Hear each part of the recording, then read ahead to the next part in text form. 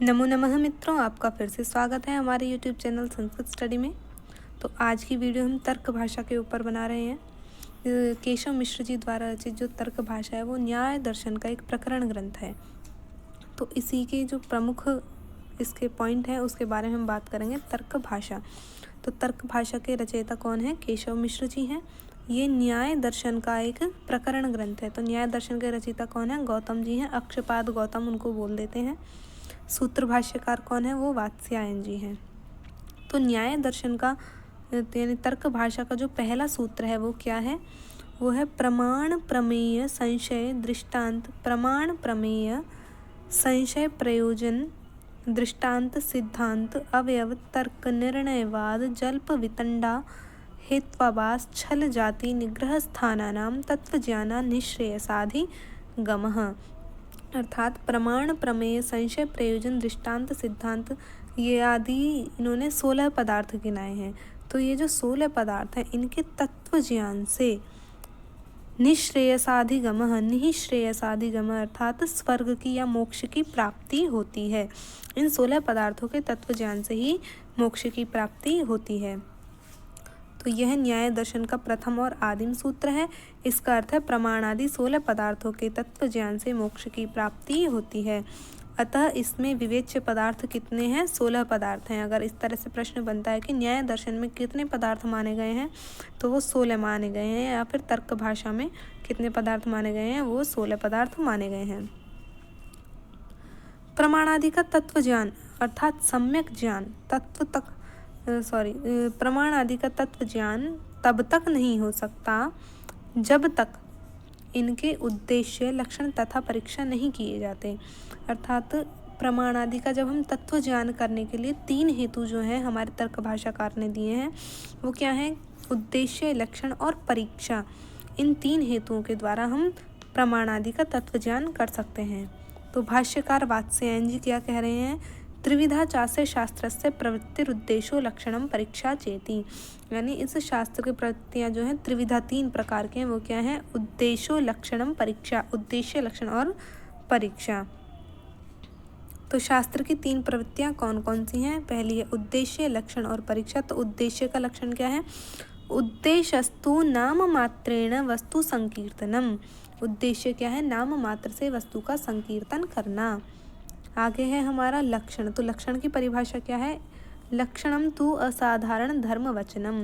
तो यह उचित होगा अगर आप इनके जो संस्कृत में इनके परिभाषाएं दी गई हैं इनको याद कर लो, क्योंकि इसी तरह से प्रश्न बनते हैं कि उद्देश्य का लक्षण क्या दिया है और लक्षण का लक्षण क्या है, परीक्षा का लक्षण तर्क भाषाकार ने क्या दिया है, या फिर लक्षण दे दिया इनका कोई, तो ये किसकी परिभाषा है? लक्षितस्य लक्षणम उपपद्यते न वेति विचारः क्या है? परीक्षा। तो ये किसका लक्षण है? परीक्षा का है। लक्षितस्य लक्षणम उपपद्यते न वेति विचारः परीक्षा। तो हमारा दूसरा क्या है? लक्षण। लक्षणम तो असाधारण धर्म वचनम। तो लक्षण क्या है? असाधारण धर्म वचन। असाधारण धर्म कैसा होना चाहिए? वो त्रिदोष रहित होना चाहिए। अगर हम किसी वस्तु की पहचान कर रहे हैं तो हम, जैसे किसी ने कहा भाई गाय, किसी को गाय की पहचान नहीं पता, तो हम क्या कहेंगे? उसकी पहचान बताएंगे, भाई सींग वाली है, इस तरह से। तो ये जो है ये व्याप्ति दोष हो जाता है कि अति व्याप्ति। सींग तो और भी हमारे पशुओं को मिलते हैं। तो कुछ ऐसा एक असाधारण धर्म बताना है जो अन्य किसी पशु में न हो, केवल गाय में हो। तो गाय का जो क्या हो? गल कंबल आदि क्या है? हमारा गाय का होता है उसका असाधारण धर्म। तो इसमें त्रिदोष रहित बताया है। त्रिदोष रहित कैसे? त्रिदोष इसमें असंभव, अव्याप्ति और अतिव्याप्ति, ये दोष नहीं होना चाहिए। असंभव यानी हमें कोई ऐसा लक्षण भी न हम कोई ऐसा लक्षण भी नहीं बताएंगे जो असंभव हो। एक शपथवम यानी एक शप वाली, तो ये भी एक असंभव गुण हो गया। अव्याप्ति यानी जो हो ही ना। कृष्णत्वम जैसे काला रंग, तो यानी अव्याप्ति जिसकी व्याप्ति ही ना हो। और अतिव्याप्ति जो यानी अति श्रृंगित्वम, जैसे हमने बता दिया भाई सींग है उसके, तो सींग तो और भी पशुओं के होते हैं, तो इसलिए अतिव्याप्ति दोष भी ना हो, अव्याप्ति दोष भी ना हो और असंभव दोष भी ना हो। इन 3 दोषों से रहित क्या कहलाता है? हमारा असाधारण धर्म कहलाता है। प्रमाण। अब आते हैं प्रमाण। प्रमाण किसे कहते हैं? तो प्रमाकरणम प्रमाणम, अर्थात प्रमा का करण ही क्या है? प्रमाण है। तो प्रमा किसे कहते हैं? तो यथार्थानुभवः प्रमा, अर्थात यथार्थ का अनुभव ही क्या है? प्रमा है। अब ये प्रमा, ये अनुभव जो है, अनुभव यथार्थ अनुभव यानी यथार्थ ज्ञान। तो ज्ञान जो है वो दो प्रकार का होता है, स्मृति ज्ञान और अनुभव ज्ञान। तो स्मृति किसे कहते हैं? ज्ञातम विषयम ज्ञानम स्मृति ही, अर्थात ज्ञातम विषयम ज्ञानम, जिस विषय का हमें पहले से ही ज्ञान हो उसे क्या कहेंगे? स्मृति कहेंगे। और संस्कार मात्र जन्यम ज्ञानम स्मृति, इसकी दूसरी परिभाषा क्या है? संस्कार मात्रम जन्यम ज्ञानम स्मृति, यानी जिसका संस्कार हमारे स्मृति में पहले से ही था, वो बाद में हमको स्मरण आ जाता है, तो वो क्या है? स्मृति है। तो ये भी अच्छा है अगर आप इनको भी परिभाषाओं को याद कर लें। फिर है अनुभव। अनुभव किसे कहेंगे? स्मृति व्यतिरिक्तम ज्ञान में, स्मृति से अतिरिक्त जो ज्ञान है वो क्या कहलाएगा? वो अनुभव कहलाता है। और ज्ञान बताया था यथार्थ अनुभव, यथार्थ और अयथार्थ। तो अयथार्थ ज्ञान कैसा होता है? संशय भ्रांति विपर्य तर्क ज्ञानानाम निरासः, ये हमारा अयथार्थ ज्ञान कहलाता है। तो यहाँ पे हमारा था प्रमाकरणम प्रमाणम। प्रमा की हमने अभी परिभाषा पढ़ी, यथार्थानुभव प्रमा। अब करण को पढ़ेंगे, इन तीनों को ही बारी बारी से पढ़ेंगे। पहले हमने प्रमा पढ़ा, अब उसके बाद करण पढ़ेंगे, फिर उसके बाद प्रमाण जो है प्रमाणों को पढ़ेंगे। तो अब हम क्या पढ़ेंगे आगे? करण पढ़ेंगे। तो करण क्या है? साधकतमम करणम, यानी साधक किसे कहेंगे? साधक का अर्थ है कारण। तो प्रकृष्टतम जो कारण होगा उसी को करण कहते हैं। साधकतमम करणम। अतिशयितम साधकम साधकतमम प्रकृष्टम कारणम इत्यर्थः, अर्थात व्यापार से युक्त असाधारण कारण को करण कहते हैं।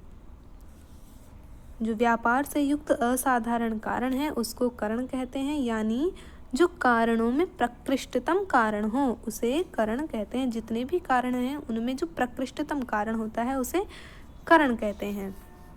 तो कारण, कारण क्या है? यस्य कार्यात् पूर्व भावो नियतो अनन्यथा सिद्धश्च तत्कारणम, अर्थात जिसका कार्य से पहले होना, भावः यानी सत्ता, पूर्व भावो, तो भावः कहते हैं सत्ता होना, तो जिसका कार्य से पहले होना नियत है और जो अनन्यथा सिद्ध यानी अनावश्यक नहीं होता। अनन्यथा सिद्ध का मतलब है अनावश्यक, अर्थात जिसका कार्य से पहले होना नियत है और जो अनन्यथा सिद्ध आवश्यक नहीं होता वह कारण कहलाता है। तो जो जिसका कार्य से पहले होना नियत है और जो अनावश्यक नहीं होता वह क्या कहलाता है? कारण कहलाता है। वो आवश्यक होता है, अनावश्यक नहीं होता। जैसे तंतु तथा वेम आदि पट के कारण होते हैं। तंतु यानी धागा, वेम यानी सुई तुरी जो होंगी उसके हमारे यंत्र जो कहेंगे हम उन्हें। तो सुई आदि जो है पट के क्या है? कारण है। पट यानी कपड़ा, तो कपड़े के कारण क्या क्या है? तंतु और वेम। तो कारणम त्रिविधम, कारण कितने हैं? 3 कारण है, समवायी कारण, असमवायी कारण और निमित्त कारण। समवायी कारण, असमवायी कारण और निमित्त कारण, इनको भी आप ध्यान से पढ़िए, इसमें भी जरूर प्रश्न पूछे जाते हैं। कारण कितने प्रकार के हैं? समवायी, असमवायी और निमित्त। तो अब आगे हम इनकी व्याख्या करते हैं कि समवायी कारण क्या है, असमवायी कारण क्या है और निमित्त कारण क्या है। तो सबसे पहले आते हैं समवायी कारण पर। समवायी कारण, तो यत संवेतम कार्यम उत्पद्यते, अर्थात जिसके संयोग से कार्य उत्पन्न होता है। समवेतम कार्यम, जिसके संयोग से कार्य उत्पन्न होता है। यहाँ समवेत का अर्थ क्या है? समवाय संबंध से संबद्ध। समवेत का अर्थ है समवाय संबंध से संबद्ध। जैसे तंतुषु पटः समवेतो जायते न तुर्यादिषु, तंतुओं में जो पट है वो समवेत है, तुरी आदि में नहीं है। तो समवायी कारण क्या क्या होते हैं? घट का समवायी कारण क्या हो जाएगा? मृत्तिका यानी मिट्टी। और घट रूप का समवायी कारण हो जाएगा घट। पट का समवायी कारण तंतु और पट रूप का समवायी कारण पट तंतु। तो समवायी कारण क्या कहते हैं? जो संयोग से उत्पन्न होते हैं, यानी जिसके संयोग से कार्य उत्पन्न होता है वो समवायी कारण हो जाएगा। आगे आते हैं असमवायी कारण। तो असमवायी कारण की परिभाषा यत् समवायी कारण प्रत्यासन्नम अवधृत सामर्थ्यम तद असमवायी कारणम।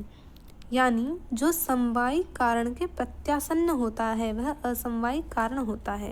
यानी निकटतम कारण जो होगा, समवायी का जो निकटतम कारण होगा वो असमवायी कारण हो जाता है। तो असमवायी कारण हमेशा कोई ना कोई गुण ही होगा, किसी न किसी गुण को ही हम असमवायी कारण मानेंगे। तो असमवायी कारण क्या क्या है? घट का असमवायी कारण क्या है? मृत्तिका संयोग या फिर कपालद्वय संयोग। घट रूप का असमवायी कारण क्या है? मृत्तिका रूप। पट का असमवायी कारण तंतु संयोग और पट रूप का असमवायी कारण तंतु रूप। हमने ऊपर भी देखा था कि घट का जो समवायी कारण है वो तो है मृत्तिका, और इसका असमवायी कारण क्या हो जाएगा? मृत्तिका संयोग या फिर कपालद्वय संयोग भी इसे बोल देंगे। और फिर हमारा क्या था? घट रूप का जो समवायी कारण है वो तो हो गया घट, और घट रूप का असमवायी कारण क्या हो गया हमारा? मृत्तिका रूप। घट रूप का असमवायी कारण क्या हो गया? मृत्तिका रूप।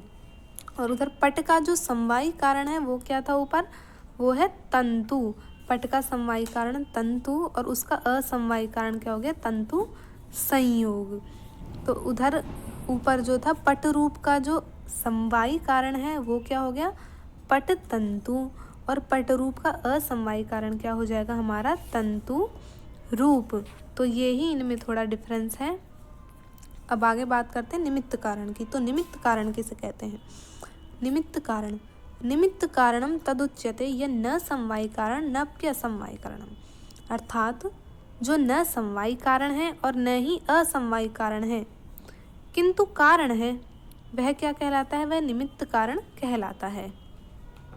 जैसे वेमादि पट का निमित्त कारण है। वेमादि क्या है? पट का निमित्त कारण है। तो वेमादि पट का क्या है? निमित्त कारण है। अब आगे पढ़ते हैं। हमने अब तक प्रमाकरणम प्रमाणम था। प्रमा किसे कहेंगे? प्रमायः करणम प्रमाणम। तो प्रमा पढ़ लिया। प्रमा क्या है? यथार्थानुभवः प्रमा। और करण क्या है? करण हमारा साधकतमम करणम। तो करण क्या है? साधकतम यानी प्रकृष्टतम कारण क्या है? करण कहलाता है। फिर इधर कारण के 3 भेद बता दिए, समवायी, असमवायी और निमित्त कारण। अब आगे तीसरा जो था हमारा प्रमाण। तो प्रमाण क्या है? प्रमाणों की संख्या और उनकी व्याख्या करते हैं। हमने कितने प्रमाण माने हैं? प्रत्यक्ष अनुमान उपमान शब्दः प्रमाणानि। तो प्रमाण ये कितने मानते हैं? 4 मानते हैं। न्याय दर्शन में 4 प्रमाण माने गए हैं। प्रत्यक्ष, अनुमान, उपमान और शब्द, ये 4 प्रमाण न्याय दर्शन के द्वारा माने गए हैं। तो प्रत्यक्ष प्रमाण की परिभाषा क्या करते हैं न्याय दर्शन में? साक्षात्कारी प्रमाकरणम प्रत्यक्षम।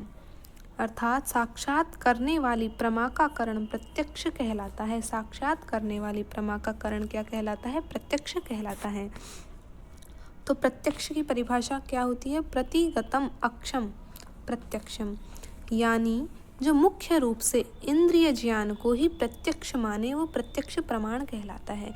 जो हम अपनी इंद्रियों के द्वारा देख रहे हैं या अनुभव कर रहे हैं वो क्या है? प्रत्यक्ष है। तो जो मुख्य रूप से इंद्रिय ज्ञान को ही प्रत्यक्ष माने वो क्या कहलाता है? प्रत्यक्ष प्रमाण कहलाता है। तो प्रत्यक्ष 2 प्रकार का माना गया है, वो है निर्विकल्पक और सविकल्पक। प्रत्यक्ष 2 प्रकार का माना गया, निर्विकल्पक और सविकल्पक। और इसका करण जो है वो 3 प्रकार का है। प्रत्यक्ष का करण 3 प्रकार का है, इंद्रिय, इंद्रियार्थ सन्निकर्ष और ज्ञान। तो करण 3 प्रकार का है। अब इसमें भी इनको 3-3 भागों में बांटा गया। करण जो है ये 3 करण जो है इनका व्यापार और फल होता है।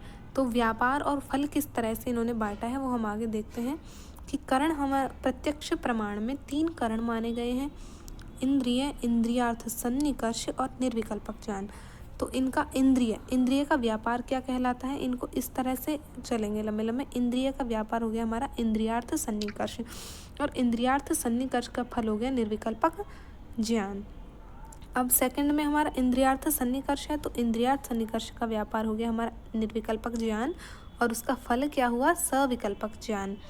फिर आगे हमारा निर्विकल्पक ज्ञान हमारा तीसरा करण है, तो इसका जो व्यापार है वो सविकल्पक ज्ञान हो गया और उसका फल हो गया हानोपादानोपेक्षा बुद्धि, इसका फल हो गया। तो अगर इस तरह से पूछा जाए कि इंद्रिय और इंद्रियार्थ सन्निकर्ष का फल क्या, इंद्रिय का व्यापार क्या हो जाएगा, इंद्रियार्थ सन्निकर्ष, और इसका फल हो जाएगा हमारा निर्विकल्पक ज्ञान। इसी तरह से इंद्रियार्थ सन्निकर्ष का जो हमारा व्यापार है वो निर्विकल्पक ज्ञान है और उसका फल हमारा सविकल्पक ज्ञान हो जाएगा। और तृतीय करण हमारा निर्विकल्पक ज्ञान है, इसका व्यापार सविकल्पक ज्ञान और उसका फल हानोपादानोपेक्षा बुद्धि। अब षोडा सन्निकर्ष क्या है, इनको पढ़ेंगे। षोडा सन्निकर्ष, तो ये इंद्रिय पहला है हमारा संयोग सन्निकर्ष, संयुक्त समवाय सन्निकर्ष, संयुक्त समवेत समवाय सन्निकर्ष, समवाय सन्निकर्ष, समवेत समवाय सन्निकर्ष और विशेषण विशेष्य भाव। तो षोडा सन्निकर्ष, संयोग सन्निकर्ष जो है हमारा चक्षु और घट, इनका संयोग क्या कहलाएगा, संयोग सन्निकर्ष। चक्षु घट, चक्षु घट रूप संयुक्त समवाय सन्निकर्ष, चक्षु घट रूपत्व जाति किसमें आ जाता है, संयुक्त समवेत समवाय सन्निकर्ष में।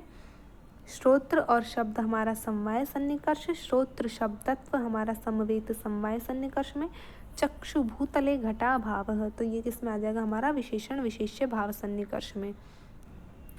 तो ये जो षोडा सन्निकर्ष हैं ये हमें याद होने चाहिए, इनमें से जरूर प्रश्न बनता है। तो इन सभी षोडा सन्निकर्ष, हमारे सन्निकर्ष 6 प्रकार के, इनके नाम और इनका इंद्रिय और उनका विषय, हमें इंद्रियां और उनके विषय भी हमें साथ के साथ याद होने चाहिए।